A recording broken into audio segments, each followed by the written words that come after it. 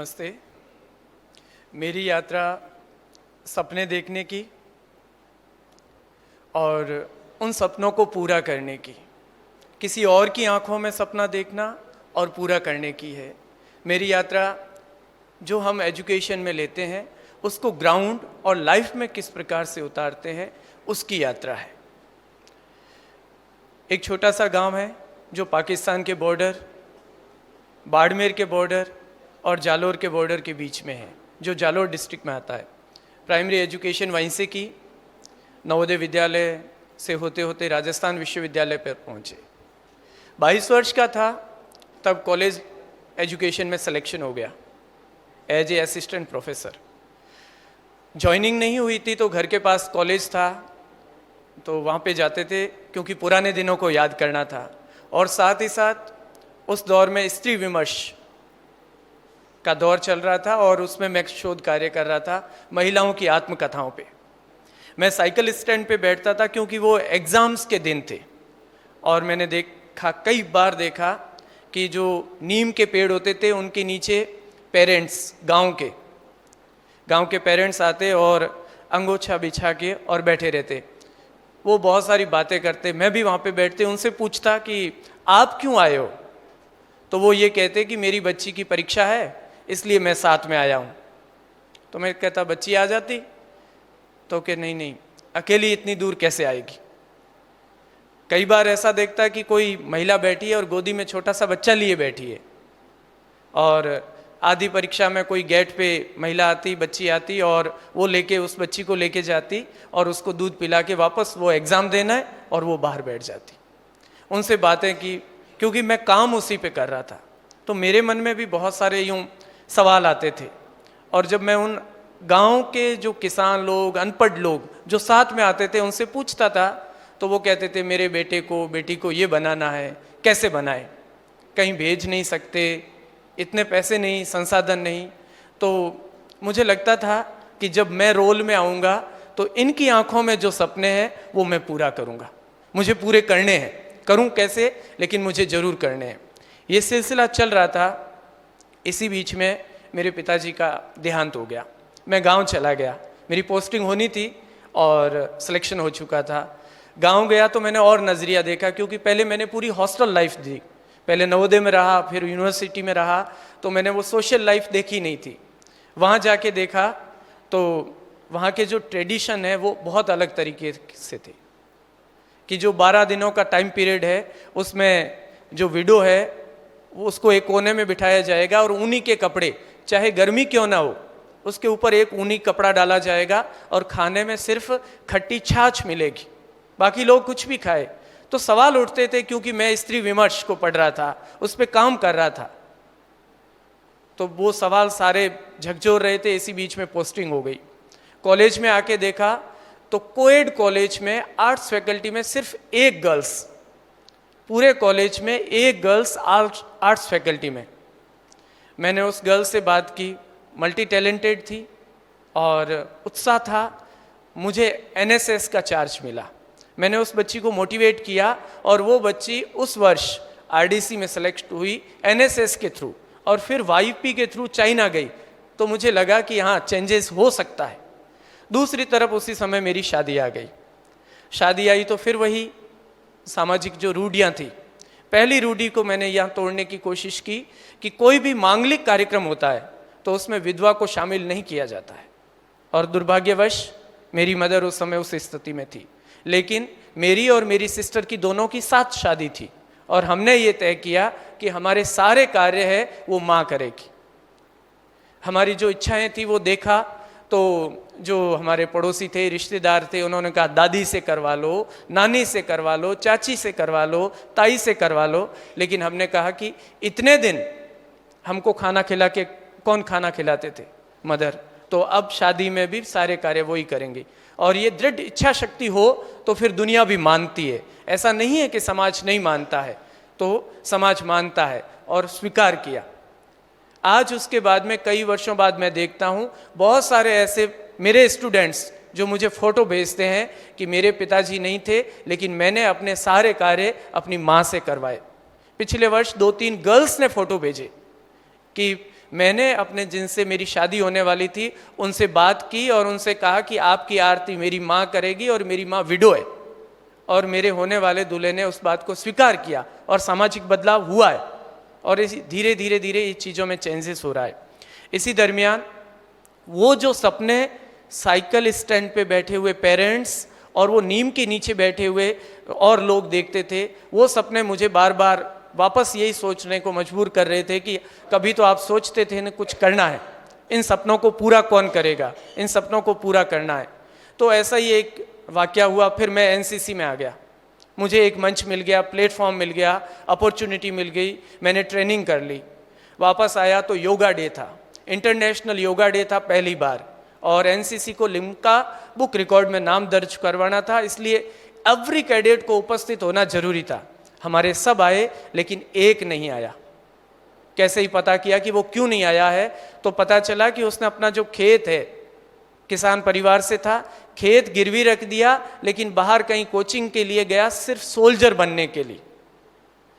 मैंने शाम को फ़ोन पे बात की तो उसने कहा 1.5 लाख रुपए फीस है। तो मैंने कहा बाड़मेर में क्यों नहीं किया आपने?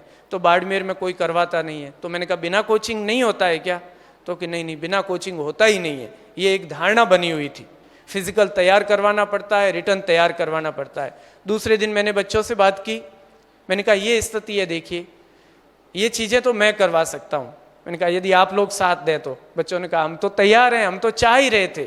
और हमने तीसरे दिन से ही, योगा के तीसरे दिन से शुरुआत कर दी। सुबह 4 बजे, प्रतिदिन सुबह 4 बजे ग्राउंड में जाना।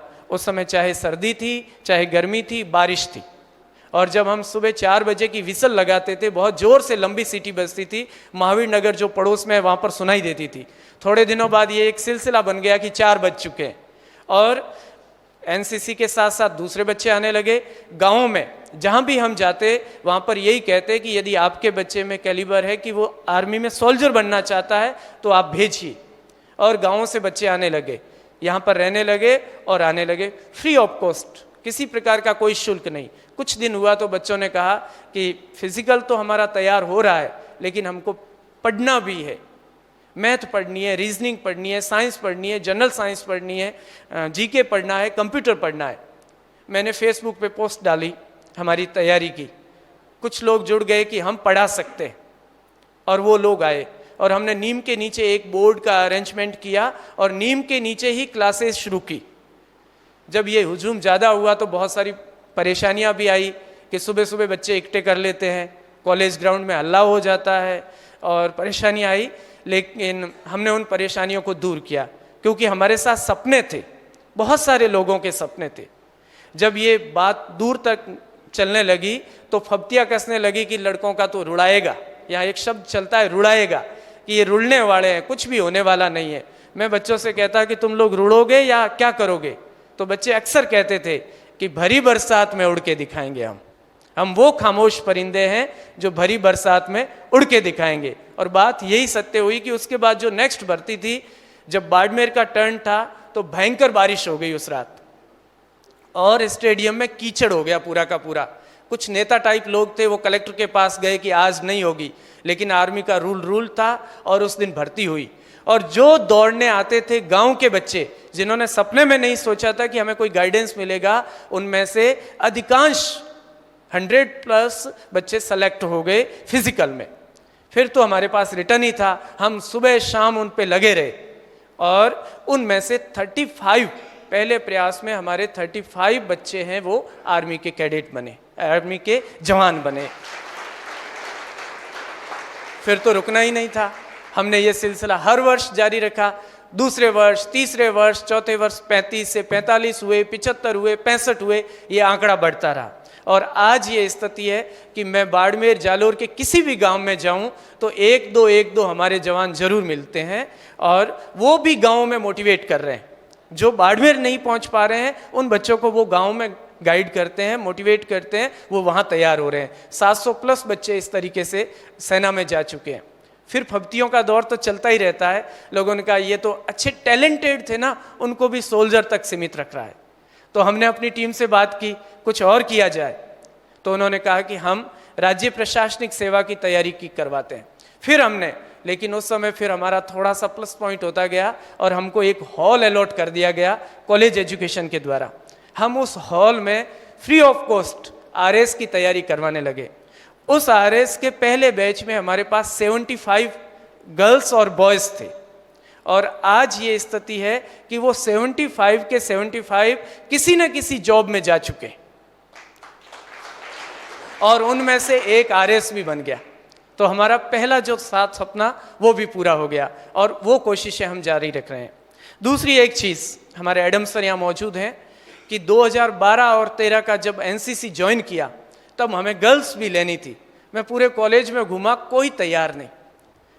साइंस की गर्ल्स आर्ट्स में तो थी नहीं, एक थी वो आरडीसी पहुंच गई, क्यों नहीं ज्वाइन कर रहे हो? तो गर्ल्स कहती है हमें कौन यूनिफॉर्म पहनने देता है, हम तो ये टी शर्ट्स वगैरह नहीं पहन सकती। और वो सूट में पूरी तरीके से वहाँ पे कॉलेज आते थे, आती थी तो भी पेरेंट्स साथ आते थे। पेरेंट्स के नाम पर क्या? पेरेंट्स के नाम पे एक 6-7 साल का बच्चा जो 3 घंटे बाहर बैठे रहता था, और जब स्कूल या कॉलेज फ्री होते तो वो बच्चा पेरेंट्स के नाते बच्ची के साथ जाता। कॉलेज पढ़ने वाली गर्ल्स के साथ एक 6-7 साल, 8 साल, 10 साल का बच्चा आता था। ये एक सामाजिक स्थिति है। किसी तरीके से मोटिवेट किया, खूब कोशिशें की, तो 5 गर्ल्स तैयार हुई, ओनली 5। वो 5 गर्ल्स भी घर से सूट में आती, यूनिफॉर्म थैली में डाल के आती, गर्ल्स कॉमन रूम में परेड के समय ड्रेस चेंज करती और मैदान में आती। लेकिन धीरे धीरे सिलसिला चेंज हुआ, और उसके बाद में एक गर्ल्स फिर एनसीसी में आरडीसी गई, कुछ गर्ल्स फायरिंग में सेलेक्ट हुई, कुछ टीएससी में हुई। 15 अगस्त पे गर्ल्स ने परेड की, और ये सिलसिला चल लगा।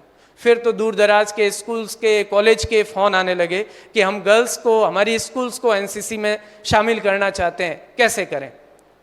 तो धीरे धीरे एक स्कीम आई, और उस स्कीम के तहत बहुत सारी स्कूल्स को और कॉलेजेस को ये अपॉर्चुनिटी मिली। आज करीब 500 से अधिक गर्ल्स प्रति वर्ष एनसीसी ज्वाइन करती है, और उम्मीद करते हैं कि ये 500 गर्ल्स से आने वाले समय में बहुत ज़्यादा अच्छा रिजल्ट्स देगी।